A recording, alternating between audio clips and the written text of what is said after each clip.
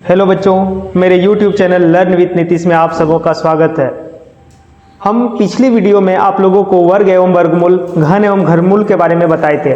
आज हम क्लास 8 का ही एक टॉपिक लेते हैं जिसका नाम है घात एवं घातांक, जिसको इंग्लिश में पावर एंड एक्सपोनेंट्स कहा जाता है। इस टॉपिक को आज हम लोग समझेंगे और इससे रिलेटेड क्वेश्चन को सॉल्व भी करेंगे। ध्यान दीजिए, घात किसको कहा जाता है, आधार किसको कहते हैं, घातांक किसको कहते हैं, इसके बारे में जानते हैं। जैसे मान लेते हैं एक लिए यहाँ पर अचर संख्या एक लिए हैं, जैसे आपका जाके x लिए हैं।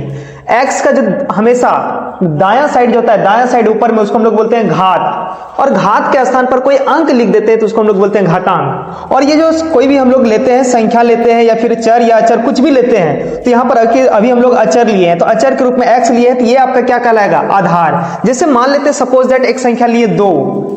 अब ये 2 है तो 2 का दाहिना साइड, ये वाला जो स्थान है, 2 के दाहिना साइड ऊपर में जो स्थान है, इसको हम लोग घात बोलेंगे, घात। लेकिन इसी घात के स्थान पर कोई अंक रख देते हैं। अभी यहाँ पर अंक के रूप में 1 है जो नहीं दिख रहा है ना, समझना है कि 1 है, लेकिन इस जगह पर हम 2 रख दिए, 3 रख दिए, 4 रख दिए, तो उसको हम लोग घातांक बोलेंगे। लेकिन अभी यहाँ पर इसको हम लोग क्या बोलेंगे, घात। जैसे मान लेते हैं 5 है, 5 के ऊपर इस जगह दायां साइड में हम रख दिए 3, तो 5 का घातांक कितना हो गया, 3। यानी कि तब ये 2 क्या कहलाएगा, 2 ये कहलाएगा आधार। फिर उसी तरह यहां 5 क्या कहलाएगा, ये कहलाएगा आधार।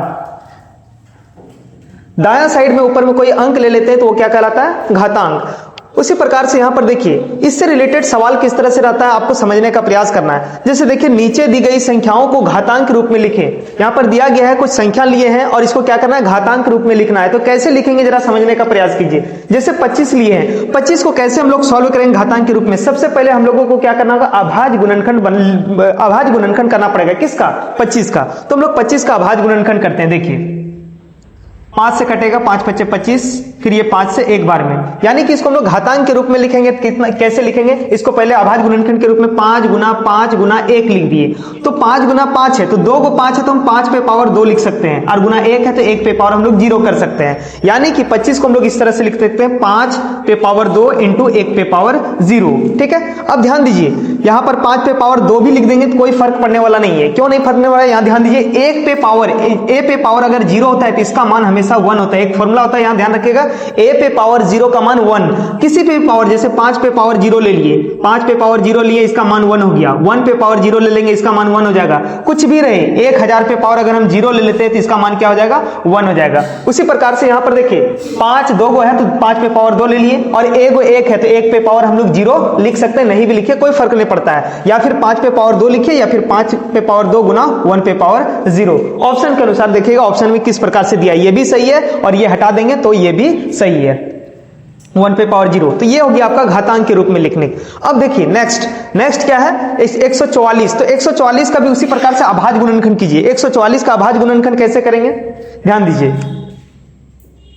144 का अभाज्य गुणनखंड 2 से डिवाइड करते हैं, 2 × 7 = 14, 2 दूनी 4, फिर 2 से 2 × 3 = 6, 2 × 6 = 12, फिर 2 से 18 बार में, फिर 2 से 9 बार में, फिर ये 3 से कटने वाला है, 3 × 3 = 9, फिर 3 × 1 = 3। अब ध्यान दीजिए, इसको कैसे अभाज्य गुणनखंड के रूप में लिखेंगे।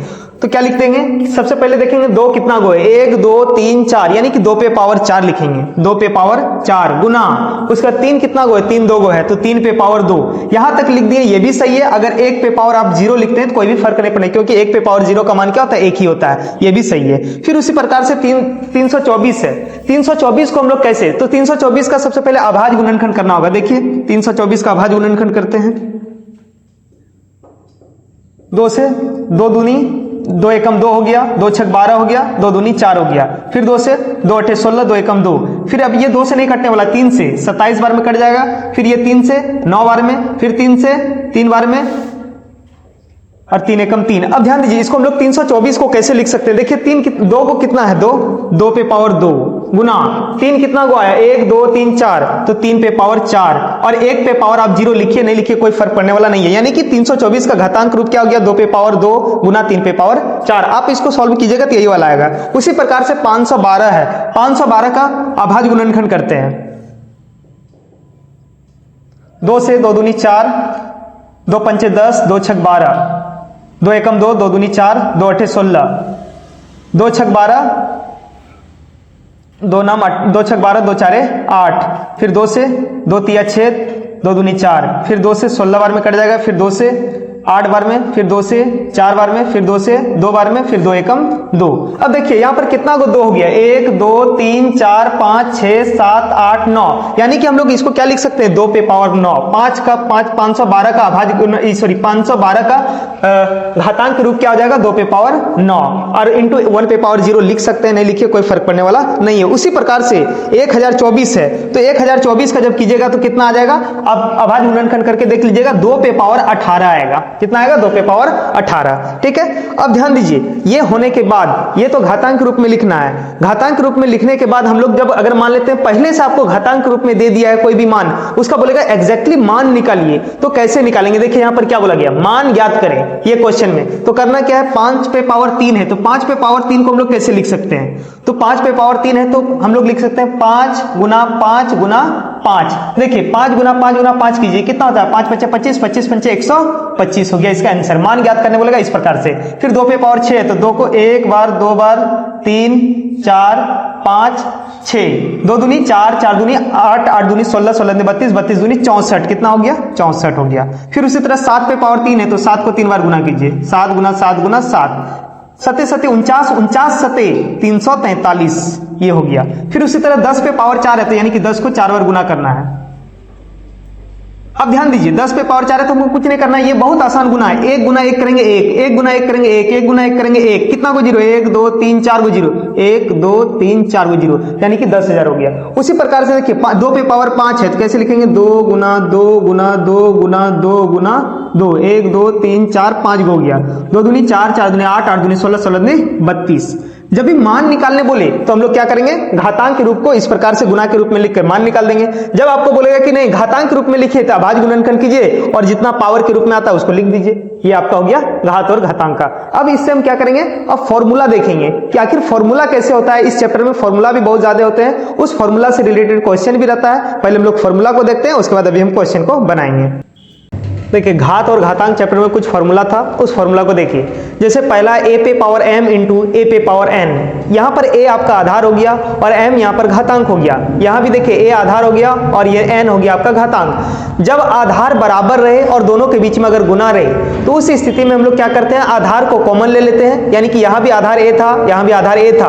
अब आधार को हम दोनों में आधार a था इसीलिए आधार को कॉमन ले लिए, और दोनों के बीच में अगर गुना रहता है तो हम लोग क्या करते हैं, पावर को जोड़ देते हैं। तो देखिए यहाँ पर a पे पावर m इंटू a पे पावर n, दोनों में आधार बराबर है, आधार कॉमन ले लिए और दोनों के बीच में गुना था इसलिए पावर क्या हो गया, जुड़ गया। एग्जांपल के तौर पर इससे कैसे क्वेश्चन रह सकता है समझने का प्रयास कीजिए। जैसे 2 पे पावर 2 है इंटू 2 पे पावर अगर मान लेते हैं सपोज दैट 5 है, तो कैसे सॉल्व करेंगे।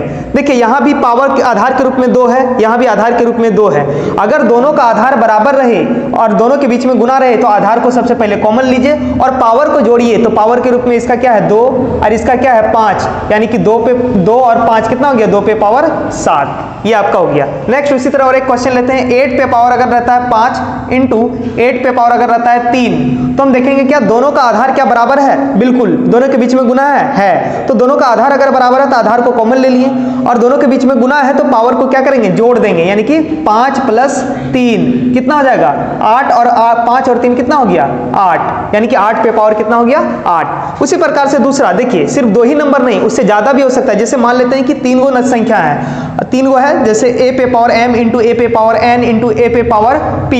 अब ध्यान दीजिए तीनों के बीच में आपको दिख रहा होगा गुना है और तीनों का आधार बराबर है। देखिए तीनों में आधार के रूप में a है, इसमें भी a है, इसमें भी a है। तो आधार को सबसे पहले कॉमन ले लीजिए, उसके बाद तीनों के बीच में अगर गुना है तो पावर को जोड़िए, यानी कि m + n + p, ये जुड़ गया।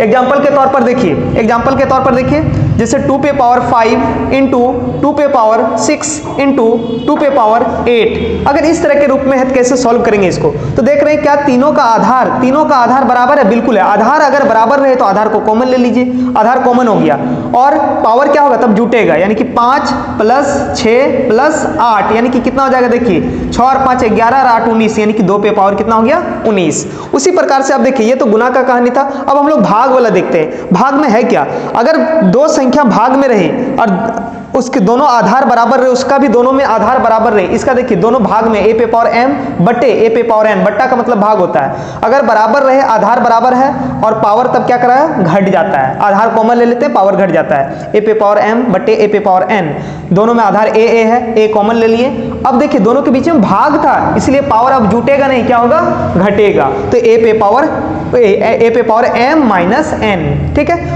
इससे एग्जांपल देखिए कैसे रह सकता है। जैसे मान लेते हैं सपोज दैट 5 पे पावर 6 है और 5 पे पावर अगर 3 है, तो देखिए 5 पे पावर 6 बट्टे 5 पे पावर 3, तो करेंगे क्या, दोनों के बीच में हम चेक करेंगे क्या दोनों का आधार बराबर है। आधार बराबर था, आधार को कॉमन ले लीजिए, कॉमन ले लिए। उसके बाद करना क्या है, दोनों के बीच में गुना है या भाग है, तो देख रहे हैं कि बट्टा है, बट्टा यानी कि भाग है, तो भाग है तो आधार के पावर क्या होगा, घटेगा। 6 माइनस 3 यानी कि 5 पे पावर कितना हो जाएगा, 6 में से 3 गया 3। और एक एग्जाम्पल देखिए, जैसे मान लेते हैं सपोज दैट 10 पे पावर 25 डिवाइडेड बाय 10 पे पावर 16, इस तरह से है। तब करेंगे क्या, देख रहे हैं दोनों का आधार बराबर है, बिल्कुल, तो आधार कॉमन हो गया। और दोनों के बीच में है क्या, गुना या भाग, भाग है। तो अगर भाग रहता है तो हम लोग क्या बताएं, अगर दोनों के बीच में भाग रहे तो क्या होता है, पावर घटता है, यानी कि पावर को घटा देंगे। 25 माइनस कितना हो जाएगा, 16, तो 10 पे पावर कितना हो जाएगा, 25 में से 16 गया 9, ठीक है। अब ध्यान दीजिए, आपको इस प्रकार से बट्टा के रूप में भी रह सकता है या फिर भाग के रूप में भी, दोनों बात एक ही है। ए पे पावर m भागा ए पे पावर n, भागा को ही हम लोग बट्टा बोल सकते हैं, ठीक है। तो इससे रिलेटेड कैसे रहेगा, जैसे 2 पे पावर 5 डिवाइडेड बाय 2 पे पावर 4, तो इसको सॉल्व करेंगे। दोनों का आधार देख रहे हैं बराबर है, कॉमन ले लिए। दोनों के बीच में भाग है तो भाग ले लिए, क्या हो जाएगा, पावर घट जाएगा, यानी कि 5 माइनस 4 यानी कि 2 पे पावर कितना हो जाएगा, 1, ठीक है। अब ध्यान दीजिए, ये तो हो गया दोनों। अब हम लोग पढ़ेंगे यहाँ पर और एक कॉन्सेप्ट है, ए पे पावर m इंटू बी पे पावर m। इस तरह के सवाल में हम लोग कैसे सॉल्व करेंगे इस तरह के सवाल को। अगर हम देखेंगे दोनों का आधार तो बराबर नहीं है, अलग अलग है, लेकिन पावर यहाँ पर देख रहे हैं दोनों का क्या है, बराबर है। तो इस केस में करना क्या है, अगर आधार बराबर नहीं है तो आधार को हम लोग कॉमन नहीं लेंगे, जो बराबर रहेगा उसी को कॉमन लेंगे। तो बराबर क्या है, पावर, तो हम लोग पावर को कॉमन ले लेंगे, आधार क्या हो जाएगा, गुना हो जाएगा। देखिए जैसे मान लेते हैं 2 पे पावर 5 इंटू 2 पे पावर 6 है, तो इस स्थिति में करेंगे क्या, 2 पे पावर 5 इंटू 3 पे पावर 6, तो इस स्थिति में हम लोग करेंगे क्या, 3 पे पावर 5, आधार हम लोगों को अलग करना है और पावर बराबर करना है, ठीक है। 2 पे पावर 5 इंटू 3 पे पावर 5 लिए। हम यहाँ देख रहे हैं कि दोनों का आधार तो अलग अलग है, लेकिन पावर क्या दोनों का सेम है, बिल्कुल है। तो इसको सॉल्व कैसे करेंगे, तो आधार अलग अलग है तो आधार को हम लोग गुना कर देंगे, 2 गुना 3, लेकिन पावर इसका देख रहे हैं सेम है तो पावर को कॉमन ले लीजिए, 5, यानी कि क्या हो जाएगा, 3 दूनी 6 और यहाँ पर पावर 5 यानी कि 6 पे पावर 5। और एक एग्जाम्पल इसका समझने का प्रयास कीजिए। मान लेते हैं सपोज दैट क्वेश्चन इस तरह से रहा कि 6 पे पावर 3 इंटू 2 पे पावर 4, इस प्रकार से रहा। हम देख रहे हैं 2 पे पावर 4 नहीं, 2 पे पावर 3, क्योंकि आधार पावर हम लोग को समान लेना है, ठीक है।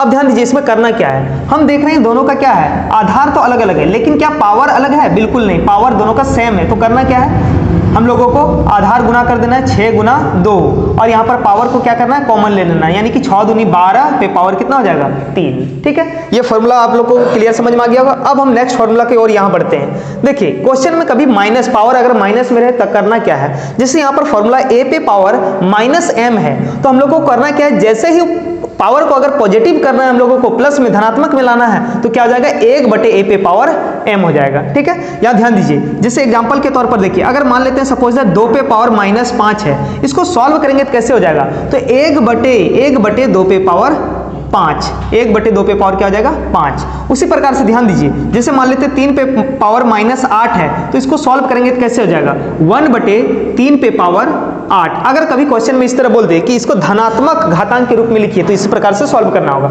अभी यहाँ पर 3 का जो है घातांक ऋणात्मक है, तो ये क्या हो गया, धनात्मक हो गया, ठीक है। अब ध्यान दीजिए, अगर मान लेते हैं सपोज दैट नीचे में 1 बटे a पे पावर माइनस m है, तो इसको पॉजिटिव में लाने के लिए क्या करना होगा। अब यहाँ देख रहे हैं हर के रूप में हर में जो है घातांक माइनस में है, तो इसको प्लस में कैसे लाएंगे, तो यहाँ पर क्या करेंगे, एक जैसे यहाँ पर फॉर्मूला है a पे पावर 1 बटे a पे पावर माइनस m, तो इसको सॉल्व करेंगे तो क्या जाएगा, a पे पावर m। एग्जांपल के तौर पर देखिए, जैसे मान लेते 1 बटे 2 पे पावर माइनस 3 है, तो सॉल्व करेंगे तो क्या हो जाएगा, 2 पे पावर 3 प्लस में हो जाएगा, यहाँ माइनस में था, जैसे ही ऊपर क्या हो जाएगा, प्लस में। और एक एग्जांपल देखिए, जैसे मान लेते 6 पे पावर माइनस 7 है, तो इसको सॉल्व करेंगे तो क्या हो जाएगा, 1 बटे 6 पे पावर माइनस 7, 1 बटे 6 पे पावर माइनस 7, इसको हम लोग धनात्मक के रूप में लिखेंगे तो 6 पे पावर क्या हो जाएगा, 7। ये फॉर्मूला आप लोगों को क्लियर समझ में आएगा।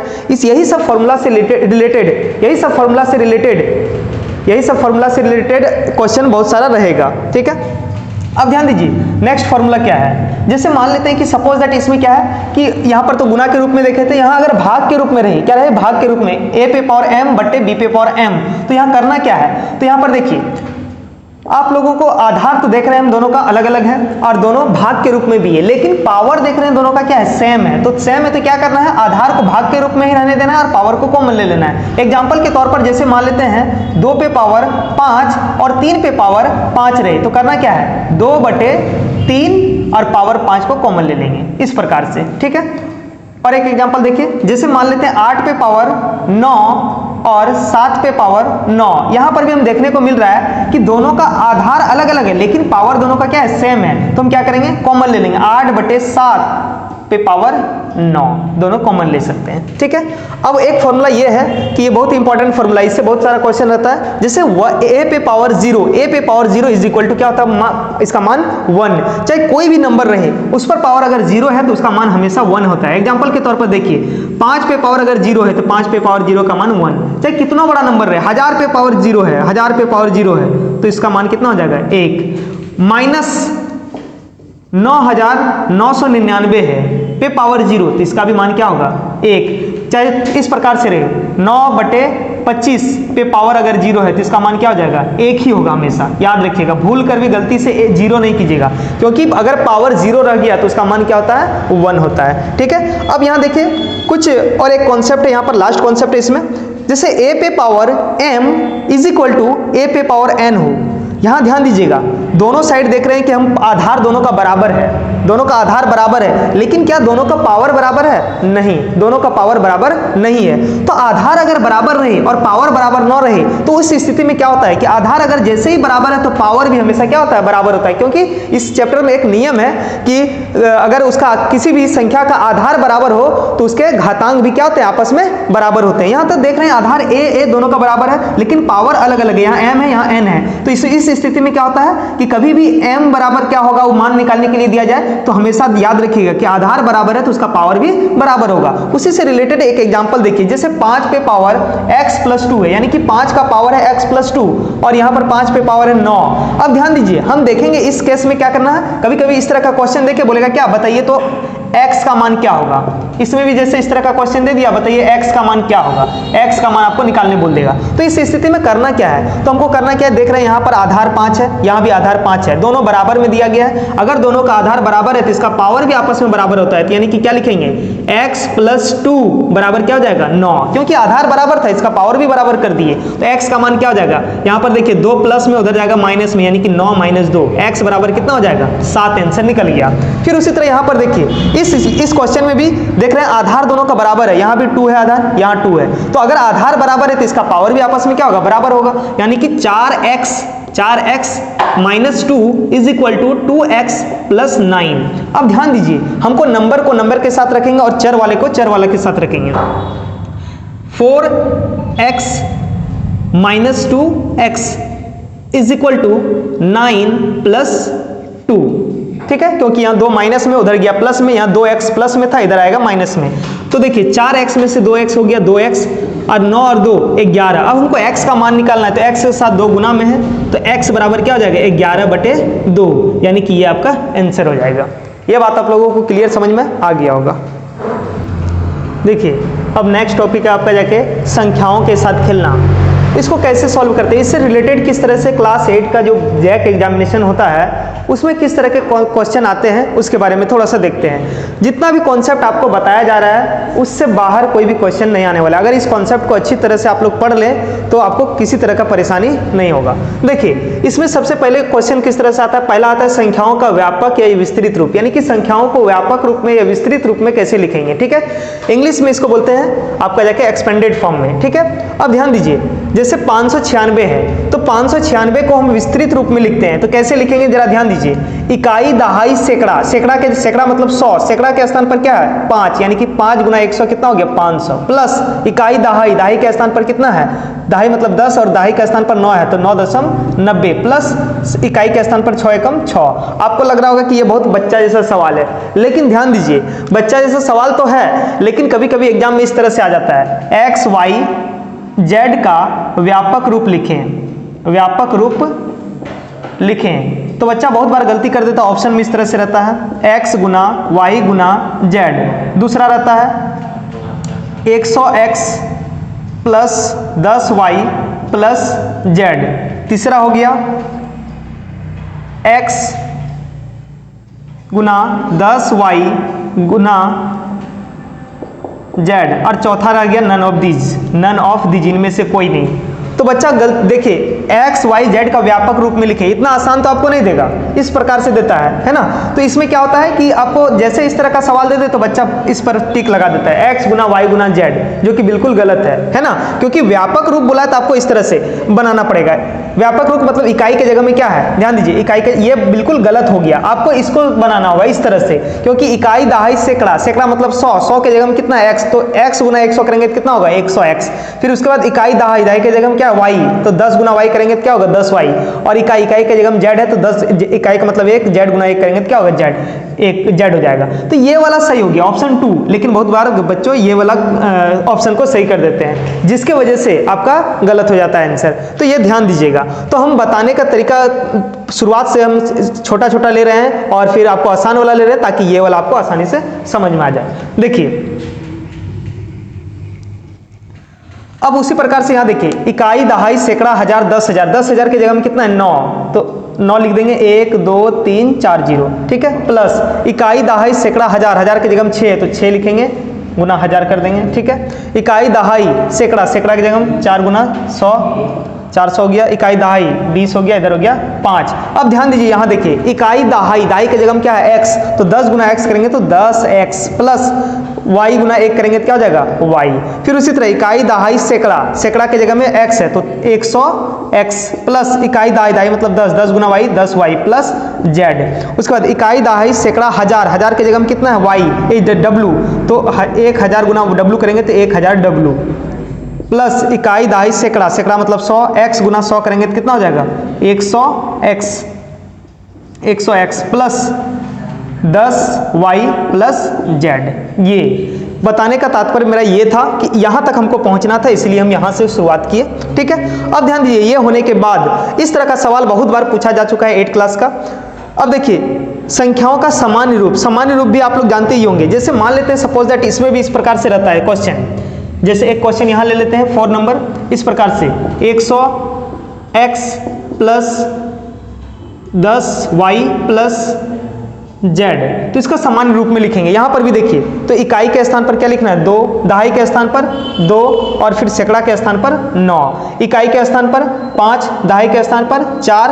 यहां पर देखिएगा सैकड़ा नहीं है तो बहुत बार बच्चे क्या करते हैं यहाँ पर 8 लिख देते हैं, गलत हो जाएगा। इकाई का स्थान पर 5 हो गया, दहाई के इकाई दहाई, दहाई के स्थान पर 4, इकाई दहाई सैकड़ा हजार के स्थान पर 8 है तो यहाँ पर सैकड़ा का जगह कुछ नहीं है, सैकड़ा दिया ही नहीं तो वहां पर 0 लगाएंगे और हजार की जगह में क्या लगाएंगे 8 लगाएंगे। उसी प्रकार से यहाँ ध्यान दीजिए, इकाई दहाई डायरेक्ट दहाई है, इकाई है ही नहीं तो इकाई की जगह में 0, इकाई दहाई, दहाई की जगह में 7, इकाई दहाई सैकड़ा, इकाई दहाई सैकड़ा, सैकड़ा की जगह में 4, इकाई दहाई सैकड़ा हजार 10,000, तो हजार का भी यहाँ प्लेस देखिए खाली है, इकाई दहाई सैकड़ा हजार का जगह यहाँ नहीं है तो इकाई दहाई सैकड़ा हजार की जगह में 0, इकाई दहाई सैकड़ा हजार 10,000, 10,000 की जगह में क्या हो गया 6। इस प्रकार से बनेगा। फिर उसी तरह यहाँ पर सवाल है, इकाई के जगह में z लेना है, इकाई दहाई के जगह में क्या लेना है y लेना है और सैकड़ा के जगह में क्या लेना है x लेना है, ठीक है। यहाँ तो सिंपल दिख रहा है कि 10y है, यानी कि सैकड़ा दहाई के जगह में y है, सैकड़ा के जगह में x है। इस प्रकार से आएगा क्वेश्चन।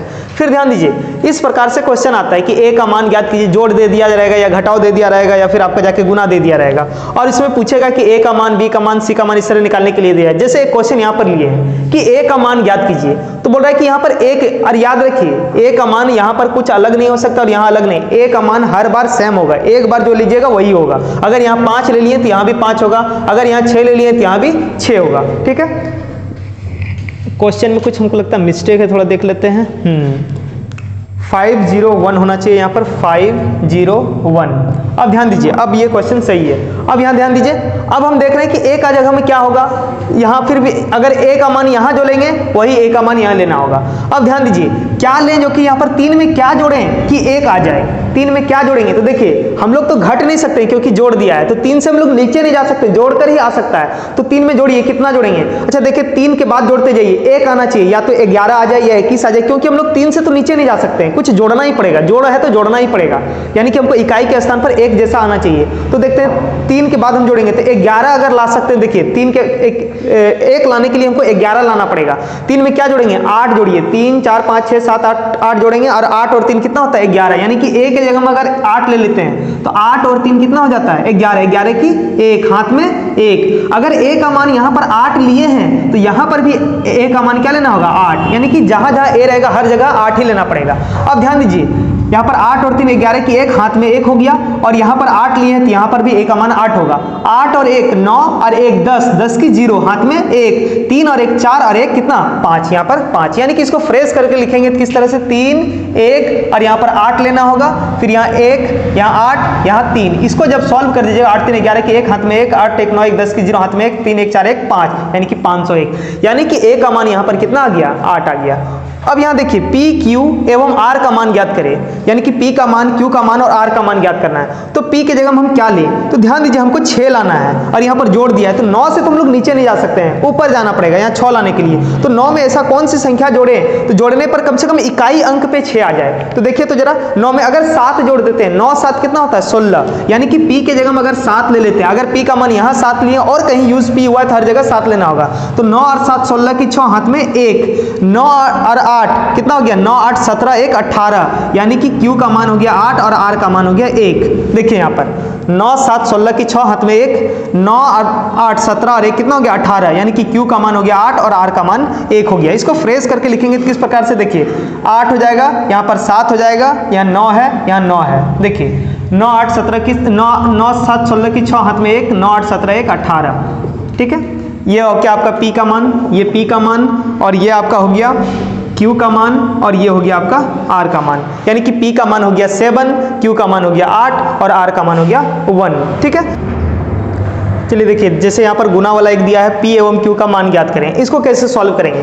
देखिए ये सवाल को सॉल्व करने के लिए यहाँ पर ऑप्शन भी आपको दे दिया है कि P का मान 2 लें, Q का मान 5 लें, P का मान 3 लें, Q का मान 5 लें, P का मान 2 लें, Q का मान 6 लें, P का मान 3 लें और Q का मान 2 लें, यानी कि ये चारों ऑप्शन में से कौन सा सही होगा। तो हम लोगों को क्या करना होगा, hit and trial method use करते हैं, hit and trial method use करके हम लोग सही ऑप्शन को चुन लेते हैं। जैसे मान लेते हैं सपोज दैट पहला ऑप्शन को लेते हैं, P का मान हम ले लेते हैं 2, यानी कि आपका जाके P के जगह में 2 बैठाना है और Q के जगह में 5 बैठाना है। जैसे P के जगह में 2 बैठा दिया और Q के जगह में 5, P के जगह में हमेशा 2 रहेगा और यहाँ पर 3 है ही। सॉल्व करके देखते हैं कि ये वाला आंसर आ रहा है क्या नहीं, यानी कि Q यहाँ पर भी कितना आ जाएगा 5, ठीक है। सॉल्व करके चेक कर लेते हैं एक बार। 3 5 15 की 5, हाथ में 1, 3 दूनी 6 और 1 7, ठीक है। गुना 2 5 10 की 0, हाथ में 1, 2 दूनी 4 और 1 5। अब सॉल्व कर लेते हैं कितना हो रहा है 5 7 5, हम देख रहे हैं कि 5 7 और यहाँ 5 आ गया, यानी कि ऑप्शन ए ही इसका क्या हो जाएगा सही हो जाएगा। हिट एंड ट्रायल, अगर मान लेते हैं सपोज दैट इससे मान लेते हैं एग्जैक्ट आंसर नहीं निकलता ये, तो हम लोग बी ऑप्शन को ट्राई करके देखते हैं, फिर उसके बाद बी से भी नहीं निकलता है, सी से भी नहीं निकलता तो डी से। इसी प्रकार से हिट एंड ट्रायल मेथड, जैसे क्यू का मान हम बार बार बोल रहे हैं कि पी का मान जो होगा हर बार वही लेना है, क्यू का मान जो होगा हर बार वही लेना है। जैसे मान लेते हैं क्यू का मान क्या था 5, यहाँ क्यू का मान हम 5 लिए हैं और यहाँ पर भी नीचे जो आंसर है यहाँ पर भी क्यू का मान कितना होगा 5। तो जैसे ही लिए ये वाला पहला ऑप्शन, तो पहला ऑप्शन में ही देख रहे हैं कि ये सही हो गया, इसीलिए हम यही ऑप्शन को हम लोग क्या मानेंगे सही मानेंगे। और इस प्रकार से हिट एंड ट्रायल मेथड का यूज करके आप इसको बनाइएगा, ठीक है।